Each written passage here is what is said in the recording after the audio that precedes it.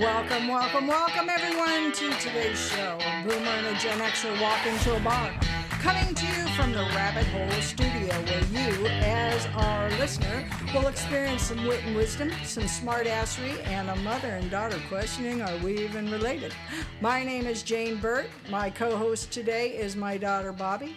And for the next several minutes, we are here to entertain you. Bobby, how you doing today? I'm good, and thank you everyone for listening and talking about us with your friends and getting those likes and those subscriptions in. It really helps us. Yeah, we really appreciate it because we're kind of watching our stats on BuzzFeed, and we really do appreciate everybody listening to us. And we'll see how it goes, right? Absolutely. What's our topic today, Bobby?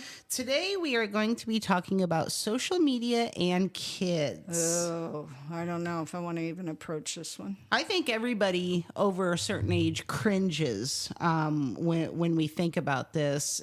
I should say over a certain age and under a certain age, because, you know, once you get to a certain age, you're not really using social media. So you don't know kind of what's out there, what the dangers are, things like that. And of course, I'm not talking about your age. Oh, sure you're not. You're looking right at me, right across the table at me, giving me the stink eye. But, you know, with the older generation, older than you, of course, social media is not really a thing for them. You know, they might look up some recipes, talk with the grandkids, those kind of things. But when you get down to our ages and below, social media is probably one of the worst, best cesspools that I've ever seen in my entire life. That's one way of putting it for sure.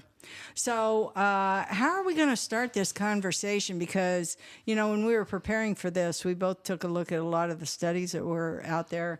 And I was really shocked at some of the stats on those studies. And I know that Yale University did a study. The AMA, American Medical Association, put out another study associated with some of the health issues related to social networking, social media, just being on social networking at all for young adults and adolescent adults. And there are so many studies out there, not only by these universities and these companies, the actual social media companies are doing their own studies, finding out their own numbers, and surprise, surprise, they're not doing anything about it. What's really interesting too is they're consistent with what some of the other studies have said. So it's not like they're saying, hey, we've got different results on these studies. They're getting the same results. Right. And like you said, it can be good and bad. So we're going to kind of touch on that today. And we'll see what positions we have. How about that? Absolutely. And I'd like to point out at the top of this, social media is not new. People. What? You know, I'm older than the internet at this point, but I remember all the way back when we had the phones tethered to the walls, there were things called party lines that my sister and I would join with other people. You could have, I think, up to 20 people on one line. Things like that. Then it went to AOL chat rooms. And Lord knows those were the dark ages. Yeah, absolutely. And, you know, back in my time, of course, you know, ours was yelling across the cornfield, right? I mean, we didn't really have anything. As a matter of fact, we didn't even have a phone for the longest time. So I didn't even have anything tethered to the wall. We were outside all day long. That's where we were told to be. Don't slam that door on your way out and don't come back in until the lights come on the street. Well, and I'm thankful that, you know, I grew up with the internet, not as a child, but, you know, I'm old enough to where I was around when it came out. I was around when the first home computers came out. I was around when the internet started, when you could get it in the mail on a CD for the internet, you know, things like that. And I've watched it grow. I've watched it change. I like to think that I've adapted with it pretty regularly, but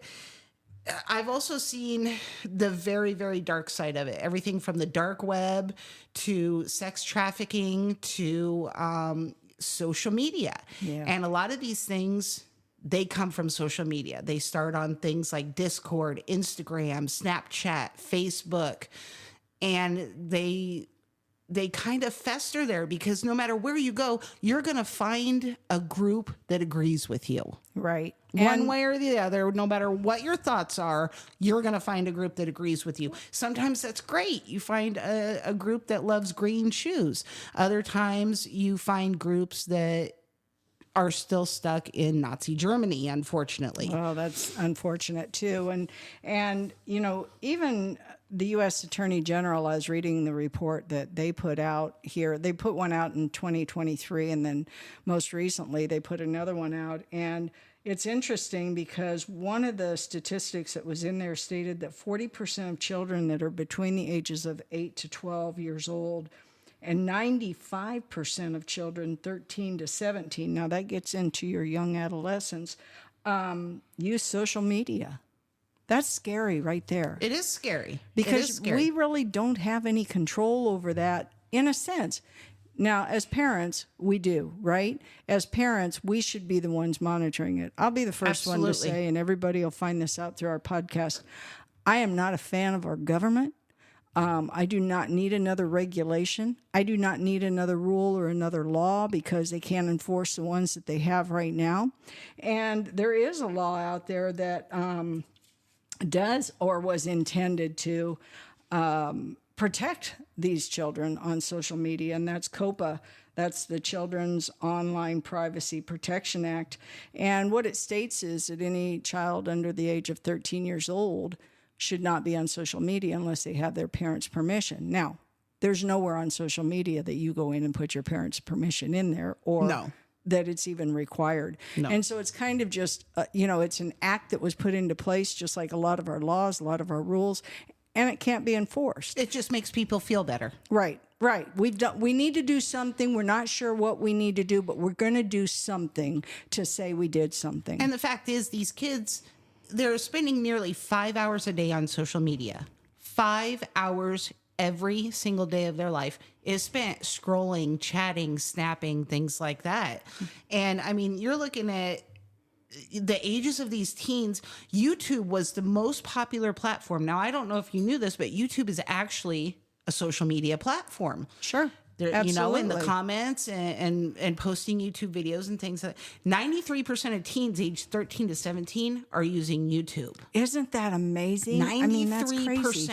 And here's the other thing, because I learned this through my grandson, and I found out that they can post any YouTube they want to also, right? Yes. And actually make money off of those. Yes.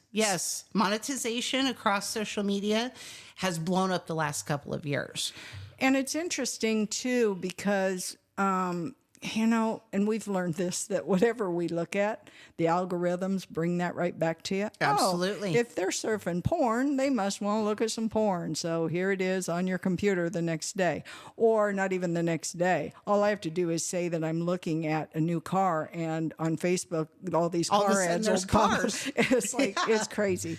And, those algorithms will show these kids, whatever it is that they've looked at. Now, it could be by accident, it could be out of curiosity, but now they're picking up, what these kids are looking at. And what else is interesting is that COPA was supposed to protect children. They were supposed to protect children so that social media platforms could not gather information on children between the ages of 13 and 17, because there shouldn't be anybody on there that's of the age 13 and under, right?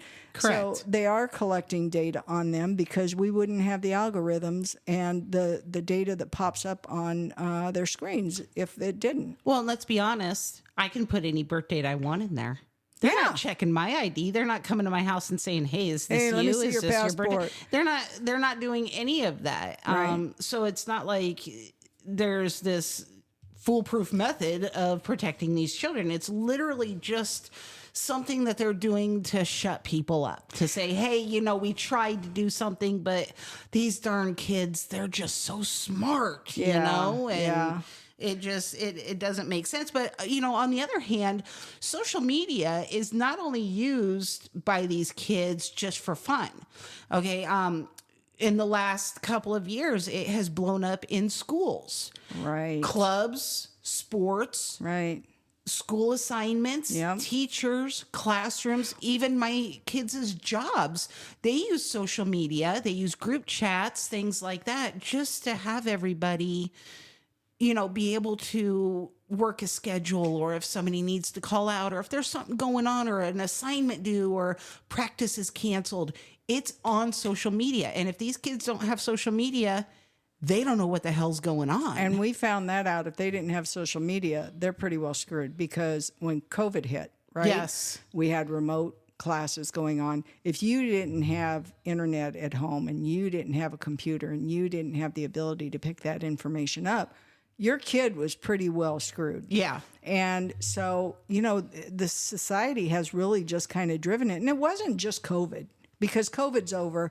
We'll move on to the next pandemic, because that's not the last one we'll have in my lifetime or yours. But, with the next one, or excuse me, not with the next one, but as we move on, now it doesn't even have to be a reason. It doesn't have to be, oh, you got to stay home, so we're going to have you do remote school. Right.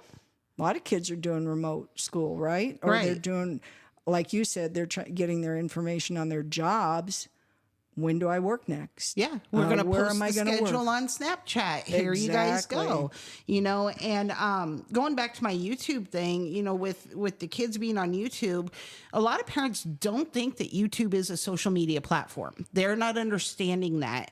But, kids on YouTube are actually the most likely to be cyberbullied at 79%, followed closely by Snapchat, TikTok, and then Facebook. Well, I mentioned the U.S. Attorney General, and in 2023, I mentioned that there was information that was released advising that social media and youth mental illness. It is mental illness. If you have problems, trust me. Mental health was causing harm to our young people.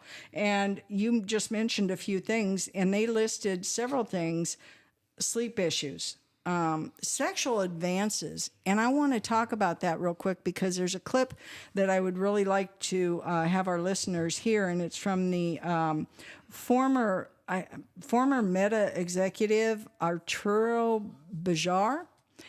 I'm probably, we're sorry if we're slaughtering your I was name. going to say I probably just slaughtered that name, but just very interesting, and it was really a plea to protect these children. Let's listen. In a carefully designed survey by Instagram in 2021, we found that 1 in 8 kids aged 13 to 15 years old experienced unwanted sexual advances in the last 7 days. That's alarming. It is alarming. That's very alarming. And so when we talk about how do we protect our children, here are studies that indicate, by the data that we have, what's going on with our kids and what's being proposed to our kids, and what are we doing about it. We're putting in rules or acts that can't be enforced. And so who's going to enforce this? Who are the enforcers here? It needs to be the parents. Absolutely. Because when it comes right down to it, what comes in and goes out of your house is on you. Period. Right. And I was told when I asked what can I do to protect my kids, these are the two. A good friend of mine said there's 2 things you can do to protect your kids. Number 1, keep them off all forms of social media. Well, hard to do. That's hard to do. My rule was you either had to have a job or be 16 before you joined any sort of social media. And that's totally unheard of today. It is, but you know what? My kids have followed it, and I'm very proud of them for that. And I'm just going to go on here. The second thing that he said was you have to give them the self-esteem that they need, so that when they're confronted by bullies or sexual advances by grown people on these social media sites, they have that confidence to stand up for themselves, to know that it's not about them, and to come and seek help. Totally agree with that. Let's listen a little bit further to the information that was provided to the Senate. My 14-year-old daughter joined Instagram. She and her friends began having awful experiences, including repeated unwanted sexual advances, harassment, Unfortunately, it happens all too frequently today. And so, again, these are warnings, right? And social media, according to the other studies that I took a look at, and there are so many studies out there, but they all seem to conclude. Now, the numbers may be a little bit different and maybe skewed a little bit, but they all seem to conclude that a lot of the issues are like sleep issues, sexual advancements, like he just said. There's a lot of predators out there. And, you know, they really do. These kids, they don't know who to trust and who not to trust. I, as an adult, don't know that. Right. So how would I expect an adolescent or a child to know that? Cyberbullying threats. Come on. You know what? Here's my issue, and you may disagree with this, but part of the problem with bullying right now and kids bullying is we have too many parents bullying each other. If you look at internet or Facebook, if they're not the same political party as you, you get called a name. If they have a religious belief and you don't believe in it, they get called a name. And I mean, these people are hurtful. They are very hurtful. And it's like, this is America, for crying out loud. Why can't you believe in what you want to believe? And as long as you don't put it on me, I don't really care, right? I mean, isn't that what freedom is all about? As long as you're not hurting anybody, and as long as you're not trying to push it off onto my kids. I will say I half agree with that, because it is, you see a lot of these kids who have, you know, who are bullies and things like that. And, you know, you walk up and I can pick their parents out of a lineup just by how their kids act. I mean, and I've said it once and I'll say it again. I can tell who your kids are, who the parents are, by how your children are acting. There's no doubt about that, because the kids do reflect the parents. But there's also, once you get to a certain age, they're kids, but they're also coming into adulthood, into themselves. They're going to rebel. They're going to try to go with the flow. They're going to try to look cool. They're going to try to get those cool points with the other kids, you know, and we all did it. We all did it as teenagers. Now, the difference is I can reach across the country and slap you with an insult versus reaching across the table and slapping you with one. Right. I mean, you know, and like I've always said, don't let your Facebook mouth get your real life butt beat, because we come from a different generation. So Absolutely. I will pull up on you. Yeah. Okay. I'm going to roll up and I'm going to go, what'd you just say? What'd you call me? You want a piece of this? And a lot of it is, you know, is parental oversight. We don't have the parents there to look after this, to go through their phones, to stand up and say, you're my child, and when I ask you for this information, you're going to give it to me or you're going to lose it. One of the things that when I was growing up, there was a saying that said, you know, it takes a village to raise a child. We don't have villages anymore. And, That's the problem. you know, the whole thing was I'll be honest with you, I was one of them that was like, leave my kid alone. I'll take care of my kid. And now I look back and I think, you know what? We had parents who really did, back in the day, look out for your kid, and whether they were doing good or bad. And, you know, we're really watching and helping them to develop into young adults. And now it's almost like it's insulting when somebody says, hey, you know, your kid was over here and did this, just wanted to let you know. Well, they take offense It's none of your to it. business. Yeah, it's none of your business what my kid did. You know, mind your own business. And Or the not my perfect child. yeah, Not my yeah. baby. My baby would never do that. Right. I mean, if Well- I got in trouble in school and you were the same way, you know this, and I always said, you know, it was like when you became an adult or a young adult, I said, if you end up in jail, you better figure out how you're getting out, because I am not Yep. coming down to bail you out. You There let is us no sit way in there. hell I was coming down to bail you out. So if you have a plan A and you get into that, you better have a plan B to get out, because I'm Yep. not coming to get you. You can sit there for all I care. And, you know, the whole thing was you were held accountable for that. And when I was growing up, I guarantee you, me and my brothers and sisters had a plan A and we had a plan B if we get caught, because we didn't want to face my mom and dad. Oh, no. And, Nope. you know, so the bullying threats aren't just cyber for sure, but, you know, they tend to be, and it's unfortunate. And we really do need that village to raise a child. But on the other side, look at that village anymore. Do you really want them involved in your children's lives. I don't know that I need them actually involved, but if somebody is watching from my child, right? I mean, Watching out is one thing, but I've seen a lot of parents where they're like, well, I'm going to whoop that child and blah, blah. I'm and not it's talking like, about any of that. I don't want anybody touching my child. I mean, I can beat It's my like, just kids' come butt. tell me. Just come tell me. I'll deal with it. And thank you very much. But yeah, they do get offended about it because, not my perfect angel, not my perfect child. They'd never do that. Right. And so some of the other issues, of course, that they mentioned on social networking that these kids are suffering from are, body issues. Absolutely. And there's a lot of influencers out there, or they call themselves influencers, and they are influencing. They're influencing these kids. And I know you're probably going to come after me for this one, Bobby, but I got to be honest with you. Some of the games that these kids play, that's influencing our kids. Sometimes our kids become numb to killing. Sometimes they become numb to shooting. Sometimes they become numb to what's going on in those games. They know that they're not real, but you become numb to the human race. And it's, I know you're going to disagree. I am going to because disagree. Your kids play these games. No, and it's not even about my kids. Now, I'm the Nintendo generation. I was there when the first Nintendo I hit the played store Pong. shelves, okay? I have been playing mature, violent video games for a very long time, okay? I won't say that they become numb to it because I don't believe that that's the issue.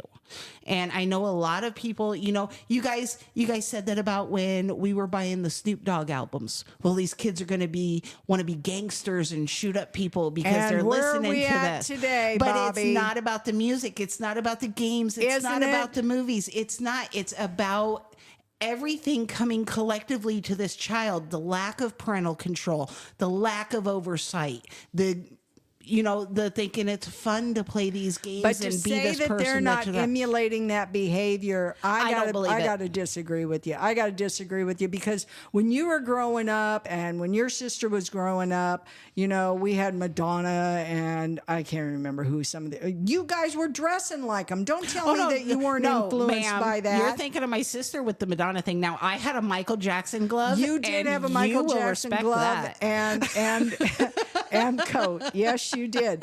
But my point is on a certain level, that's an influence, right? Correct. That's an influence. And so I think, getting back to the point of who's responsible, The parents. Absolutely. Gosh, I can't believe we agreed on I that, know, Bobby. I'm about to have give a me heart minute. attack over here. I might have to take a break here. Lightheaded. Woo. Can we listen to that last clip that we had because they had some good advice here and who should be held responsible on some of this information that's actually going out. Go ahead. I observed new features being developed in response to public outcry, which were in reality kind of a placebo, a safety feature in name only, to placate the press and regulators. I say this because, rather than being based on user experience data, they were based on very deliberately narrow definitions of harm. The company was grading its own homework. For example, Instagram knows when a kid spends a significant amount of time looking at harmful content that they are recommending. They talk about how Meta needs to be held accountable, and I think that they do because of the algorithms and what's being offered up to the children. And the fact of the matter is you can put any law into effect or any rule or any act, but unless it can be enforced, come on, folks. It's just nothing more than we needed to do something. We didn't know what to do, so we did this. It's like putting bright duct tape on a muffler that has no hope of making it down the road. It might look pretty. It might look like it's doing It something, might look like it's holding but together, it but is it's not going to be. Well, I think that's probably all we have to talk about today. I'm just in awe that we both agreed on something here, Bobby. I am. We had a little bit of a disagreement, but I'm in awe, and I would really love for the listeners to send chime us- in. Yeah, absolutely. Where did we go wrong in society? Just go Yeah. ahead and put that on your header there. Well, I think that's all the insanity that we have today. We appreciate you joining us here at Rabbit Hole Studios. Be sure to follow us. We look forward to spending time with you each and every week. Please like us, and if you have positive feedback for us, or if there's a topic you would like us to talk about, drop us a short email at boomerandgenxer@gmail.com. If you have hate mail, well, you know where you can put that. Or shove that. Until next time, I'm Bobby Joy. And I'm Jane Burt. And you're stuck with us. Peace out. Later.